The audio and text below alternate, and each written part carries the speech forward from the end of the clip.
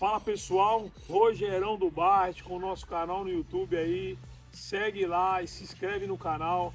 Não poderia faltar, né, cara? Hoje a gente compareceu aqui para retirar o menino aí, que é um espetáculo, nosso menino Sniper.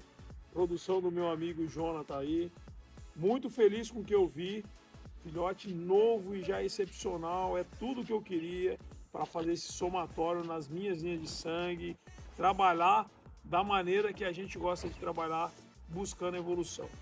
Hoje eu estou aqui com meu amigo Jonas, LBK Sul, muito feliz, receptividade nota 10, a gente já está vendo churrasco aí de fundo, tradicional. Jonas, fala para mim, meu irmão, primeiramente aí, obrigado por ter recebido a gente aí. Sempre bem-vindos. Muito receptividade de primeira, de altíssimo nível também, tão quanto os seus dogs, as suas produções. Conta pra gente, o canal nosso aqui, Jonathan, é mais pra um bate-papo mesmo, não tem script, não tem pergunta combinada. É um bate-papo com os criadores amigos, tanto referência, né, que hoje você é uma referência já na criação.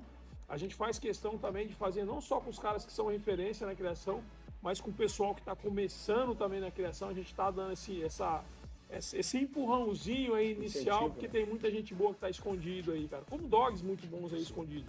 Então, o propósito aí eu idealizei essa ideia 2, 3 anos atrás, hoje a gente está conseguindo colocar em prática. E hoje é um prazer estar aqui com você. Fala um pouquinho aí da sua história, do seu canil.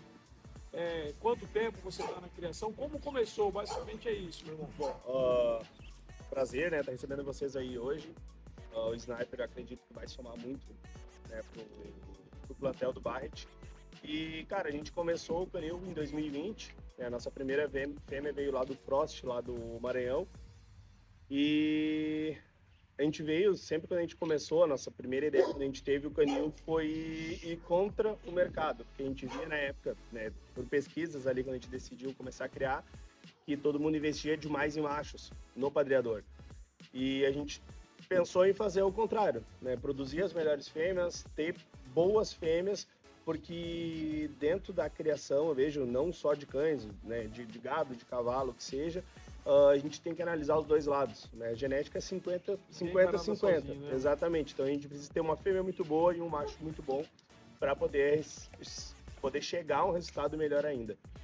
E então a gente adquiriu essa primeira fêmea de lá, adquirimos depois mais uma fêmea do Ceará e um macho do Rio de Janeiro. E foi onde a gente começou, né? Tivemos nossas primeiras ninhadas ali, sempre tivemos boas saídas, boa procura dos cães, mas sempre visando essa questão de qualidade dos cães, qualidade de vida principalmente. E evolução genética. E a evolução genética, exatamente. E desde 2020 aí tivemos já muitos altos e baixos, porque nem sempre a gente vai estar 100%.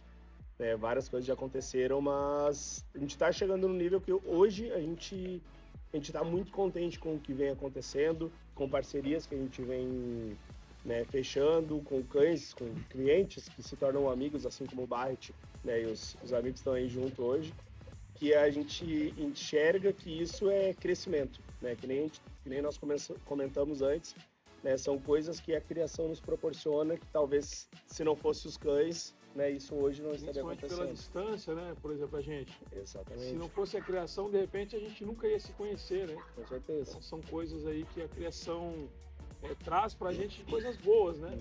Então a gente fica muito feliz, é isso mesmo. E agora, que nem comentei do Sniper, mas outras coisas aí que a gente já conversou hoje. Muita coisa escondida. Provavelmente vai vir coisa boa aí nos próximos meses.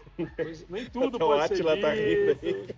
Nem tudo pode ser dito, mas tem muita coisa assim que eu acredito que todo criador que tem hoje uma visão um pouco mais ampla não pode estar mostrando tudo que tem, né, já de cara, né? Vocês vieram aqui, vocês estão presentes onde está o foco, mas vocês viram todos os nossos cães do plantel. Mas eu acredito que em rede social a gente não pode estar mostrando tudo todos os dias, porque esse suspense, acho que vamos dizer, né, esses cães que a gente precisa esperar a evolução certa, Mostrar no momento certo. Mostrar no momento certo, isso aí é uma coisa que dá um diferencial bem grande. Vamos só dá um toque na Carol. Carol, se quiser fazer parte, fica à vontade. Acho que você faz tão parte quanto o Jonathan aí do LBK Sul, tá? Fica à vontade. Aqui é uma coisa bem natural, a gente não tem script, não tem... É um bate-papo mesmo entre amigos e falando um pouquinho da história de cada criador. Então fica à vontade, tá? Eu sei que você tá ocupado aí, mas... A Carol gosta dos bastidores, ela não gosta muito da câmera. E você, né, conversando com você há pouco tempo aí, é nítido, assim, da participação dela na história do LBK Sul. Então, fica à vontade. Se quiser pegar uma cadeira e sentar aqui e bater um papo com a gente também, tá bom? E então isso começou em 2020. 2020. A primeira produção sua aí foi em 2020? Não, a primeira produção foi em 2021. A primeira fêmea que a gente adquiriu foi em outubro de 2020. Ali nos próximos 2 meses a gente adquiriu os outros 2, o macho, o Horus, né, que hoje não faz parte do nosso plantel, e a Atena, que ainda está com nós, que provavelmente esse ano já se aposenta. E ali foi o start, né? Foi o passo inicial para a gente começar a chegar onde a gente está chegando hoje e continuar por muito tempo, né?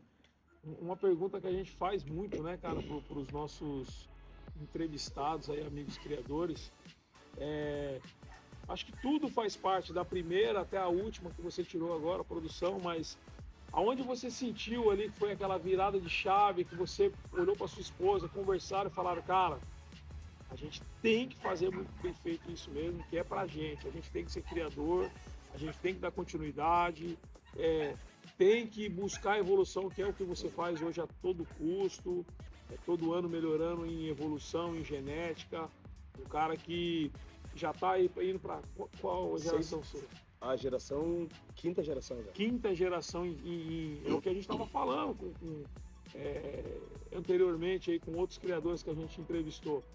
Às vezes você vê o cara com 4, 5 anos de criação, já indo para a terceira, quarta, que é a sua quinta geração. E às vezes a gente vê, não criticando, mas a gente vê muito isso, que prova que o cara não é um criador. O cara tá com 20 anos vivendo de cachorro e não tem 2 gerações dentro do plantel dele. Essa é uma coisa que eu comentei até num vídeo, indignado que eu postei esses dias, né, que o criador não é aquele cara que tem 1 ou 2 cães que adquiriu de fora e tá somente cruzando os 2, porque ainda não é a própria geração, né? Claro, a gente tem que buscar as referências, tem que buscar cães bons, e só que tu tem que tentar produzir internamente, né? Cruza os 2, produz um indivíduo e dali tu vai começar a tua geração. Esse que é o criador que vai cada vez, né, galgando mais qualidade pro canil. E a gente deixa bem claro, né, irmão, que isso não significa que a gente tem que ficar fechado dentro do nosso canil o resto da vida e não trazer nada de fora para somar, evoluir. A prova disso, né, que eu tô vindo aqui, tem um plantel fortíssimo lá também, modesta parte. Porém, fiz questão aí de adquirir uma primeira escolha aí de uma excelente cruza do Jonathan, porque acreditando que eu vou precisar no ano que vem desse filhote específico para fazer essa mixagem com a linha de sangue que eu trabalho, buscando dogs de coloração, mas sem perder aquela ossatura, perder aquela monstruosidade que a gente gosta e curte trabalhar, né, irmão? Exato. Então a gente não está indo contra a pessoa sair do seu plantel para fazer uma parceria ou buscar algo de fora, né? Não, isso é necessário. Mas isso é necessário porque o que a gente vê? É tudo natural aqui, viu? A gente vai... É a fumaça. O que eu entendo? Se tu ficar só dentro do plantel, não que tu construir geração no teu canil seja cruzar só entre os cães do canil. Né? Por exemplo, nós com a Blue, né, a gente produziu uma geração, que é o Bitelo, em parceria com o LPK, com o Lucas.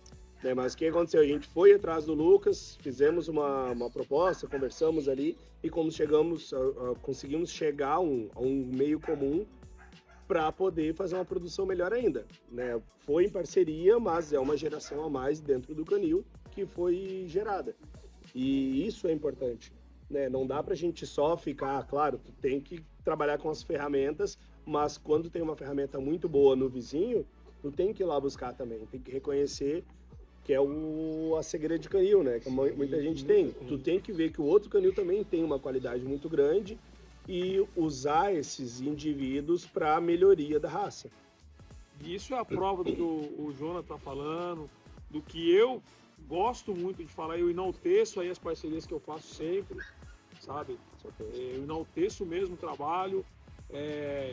Tá aí os fatos, né, cara? A gente tem algumas produções de alto nível aí que eu utilizei cães de outros criadores. O próprio principal dog meu hoje aí, que está muito bem quisto no cenário, vendendo muitas coberturas, inclusive para fora do país, está produzindo muito em alto nível. Ele veio de uma parceria. E quem participou dessa parceria comigo, acreditou no projeto junto comigo, foi o Edgar do KF. Então, a gente utilizou aí, para mim, um dos melhores, que era aí um dos melhores raçadores do cenário, o Cyborg, que faleceu agora faz pouco tempo, mas para mim era um dos melhores raçadores ainda na atualidade. Então, prova que o que a gente está falando, a gente não está falando por falar, né? Mas a gente faz isso realmente aí no nosso conteúdo. Você buscando as suas parcerias, eu também já busquei minhas parcerias. E isso é crescimento da criação, do criador como um todo, né? É um crescimento mútuo, né? E fala uma coisa, cara, como que é uma pergunta que a gente não é treta animal, né, cara? Falar isso, mandar um abraço lá pro meu amigo Pedrão, Ravner. A gente já teve lá no Treta Animal, são 2 amigão aí. A gente não é treta animal, mas não tem como deixar de fazer essa pergunta, né, cara? Porque você sofre, a gente já sofreu com isso também. Esse pessoal do mal aí que parece que gosta de tirar a paz da gente. E não é um só, né, cara? Tem sempre uma panelinha de meia dúzia aí que não constrói nada. Os mesmos que atacam todo mundo. Os mesmos. Hoje tá tirando a paz do Lucas, amanhã tá tirando a paz do Jonathan, amanhã tá tirando a paz do Rogério. E assim, a gente vê isso diariamente. Sempre estão fazendo isso. O papel deles é esse. Então, como você lida com isso, irmão? Eu sei que é difícil às vezes, mas como você lida com isso? Cara, na verdade, de início, né, que nem eu comentei para vocês antes, aqui no Rio Grande do Sul eu tenho a fama de ser sangue quente, mas já esfriou bastante, só esquenta quando é necessário. Mas queria assim, cara, eu sou explosivo, né, eu reajo muito, eu sou reativo, mas de um tempo para cá a gente aprende a lidar, que é o que a gente estava conversando antes, né, a gente tem que aprender a lidar com essas coisas. Então, o Jonathan de 1 ano atrás, iria, que nem a gente falou, 600 quilômetros que mora, vamos lá e vamos resolver isso agora, frente a frente. Né, o Jonathan de hoje não. Tem um pouco mais hoje de calmaria. Tem mais calma, já analiso, já vejo o que eu vou falar, né, antigamente eu já xingava, já falava muita coisa que não devia, e hoje a gente pensa muito antes de fazer, porque a gente tá na criação não para chamar atenção por coisa ruim, né, a gente tá para produzir, né, eu até comentei esses dias num dos meus history, que falaram para mim que eu estava dando show. Eu não preciso dar show. Os cães que a gente produz estão dando show. Né? Então a gente não precisa disso. E hoje eu lido muito bem. Bem melhor. Né? Ninguém tem sangue de barata. Às vezes a gente vai perder um pouco o limiar ali, o limite. Vai dar uma estourada. Mas a gente sabe que hoje a gente tem muita gente que nos segue, muita gente nos chama quando a gente posta alguma coisa assim, para não dar bola, para não levar pro coração, porque é uma coisa que acaba fazendo mal para nós. E esse mal que eles querem fazer é exatamente isso, né? É tirar a nossa paz. Então, deixem eles lá sem conseguir produzir, sem conseguir se destacar, porque eles só conseguem... A única coisa que eles podem fazer é tentar falar mal de algo que não existe. E fique bem claro que às vezes a calmaria não significa que a pessoa é bobo, é trouxa, é um sangue de barata. Às vezes o cara tá numa calmaria, a gente tem um ditado que a gente brinca muito, né? Leão vai ser sempre leão, não vai comer capim nunca. Então, eu acho que às vezes é esse tipo de gente, esse tipo de pessoas, criadores maldosas que vivem fazendo mal para as pessoas, tem que ter um pouquinho mais de discernimento, um pouquinho mais de saber que nem tudo é por telefone, nem tudo é resolvido. Tem que ter um pouquinho mais de consciência das coisas que são faladas, porque mais cedo ou mais tarde pode pagar muito caro por isso. Pode sofrer as consequências, às vezes até num processo judicial. Exatamente. Perder uma grana por ter caluniado uma pessoa sem prova. Então tem que... leão é sempre leão, nunca vai comer capim. Então, para esse pessoal do mal, a calmaria não significa que aquela pessoa é trouxa, que aquela pessoa vai aguentar tudo calado sem tomar atitude nenhuma, né, irmão? A gente tem que deixar bem claro isso, né? É que, na verdade, mais uma vez, como a gente estava conversando, muita gente é acostumada a estar falando mal dos outros, a estar falando muita besteira por aí, inventando coisa até, e não acontecer nada, porque as pessoas não querem briga. É que nem a gente falou, não é porque nós estamos quietos aqui que a gente não sabe, não é porque a gente é uma pessoa boa que a gente não sabe fazer o mal também.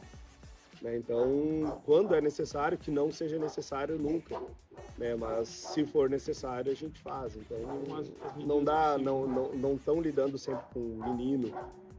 E agora vamos falar de coisa boa, né? Vamos falar, não que isso a gente tem que falar, que muita gente tem curiosidade de saber como que a gente lida com esse tipo de gente, né? Então a gente tem que falar com o que a gente sente realmente. Você acabou de responder isso, mas vamos falar de coisa boa. E quando foi aquela virada de chave que você produziu aquilo, aquele filhote que posteriormente virou um cão adulto, você falou, cara, isso é pra mim, eu tenho que seguir a minha vida até o último dia fazendo isso. A gente sabe sempre, né, que deu aquela virada de chave, ó, que você sente que realmente tem que ser criador e tem que dar seguimento com força na criação. Quando foi, amor? Cara, eu tô com o olho lacrimejando, mas da fumaça, tá? Não é emoção ainda. Cara, na verdade, a nossa primeira ninhada aconteceu isso. Quando a gente cruzou a Fúria e o Horus, que foi a primeira cruza que a gente fez, a gente não sabia fazer uma inseminação. Era a primeira viagem mesmo, literalmente. Nós produzimos 3 cães que se destacaram muito, por questão de coloração e volume, que foi o Alpha, que é um cachorro que eu estava comentando antes, 71 de Cernelha, Merle com heterocromia, cachorro gigantesco, deixou bons exemplares para nós. O Rasmus, que é um cachorro que faleceu esse ano, ele teve botulismo, ele matou um gambá e o gambá estava infectado, a gente acabou perdendo ele. A gente não, né? Tava com um tutor aqui da cidade, um dono dele. E a Misty, né, que foi quando a gente produziu eles, assim, que a Misty com 8 meses, que eu tava falando, Misty com 8 meses, que a gente postou uma foto e uma pessoa, um cliente do Paraguai, já veio, que era a primeira...